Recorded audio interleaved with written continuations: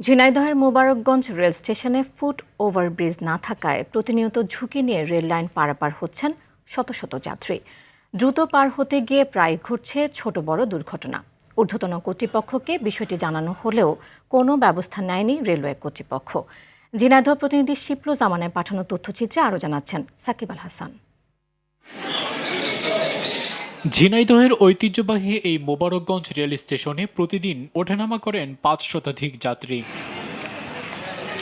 স্টেশনে দুটি প্ল্যাটফর্মে ৩টি লাইন থাকলেও নির্মাণ করা হয়নি কোনো ওভারব্রিজ। পরপর দুটি ট্রেন থামলে প্ল্যাটফর্মে উঠতে ঘুরে আসতে হয় দীর্ঘ পথ।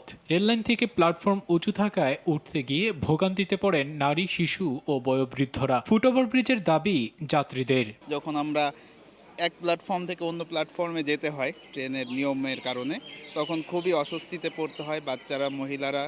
আরও বিভিন্ন ধরনের সমস্যা হয়। আমাদের ফুট ওভার ব্রিজ এখানে খুবই জরুরি। 50 বছরের উপরে উঠতে যেসব যাত্রীর বয়স, তারা তো ওঠানামা করতে খুব কষ্ট পায়। যাত্রী সাধারণের ভালোর জন্য এবং তাদের যাতায়াত সুবিধার জন্য এই জিনিসটা আসলে খুব দরকার। ঊর্ধ্বতন কর্তৃপক্ষকে বিষয়টি জানানো হয়েছে বলছেন এই কর্মকর্তা। গাড়িতে নামতে যেয়ে বয়স্ক লোকজন, শিশুরা পড়ে গিয়ে অনেক সময় আহত হয়। এজন্য স্টেশনে একটি ওভারব্রিজের খুবই প্রয়োজন হয়েছে।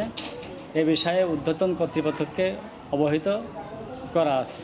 দুর্ঘটনা ও ভোগান্তি কমাতে দ্রুত একটি ফুট ওভারব্রিজ নির্মাণ করবে রেলওয়ে কর্তৃপক্ষ, এমনটাই চাওয়া মোবারকগঞ্জবাসীর। সাকিব আল হাসান, RTV।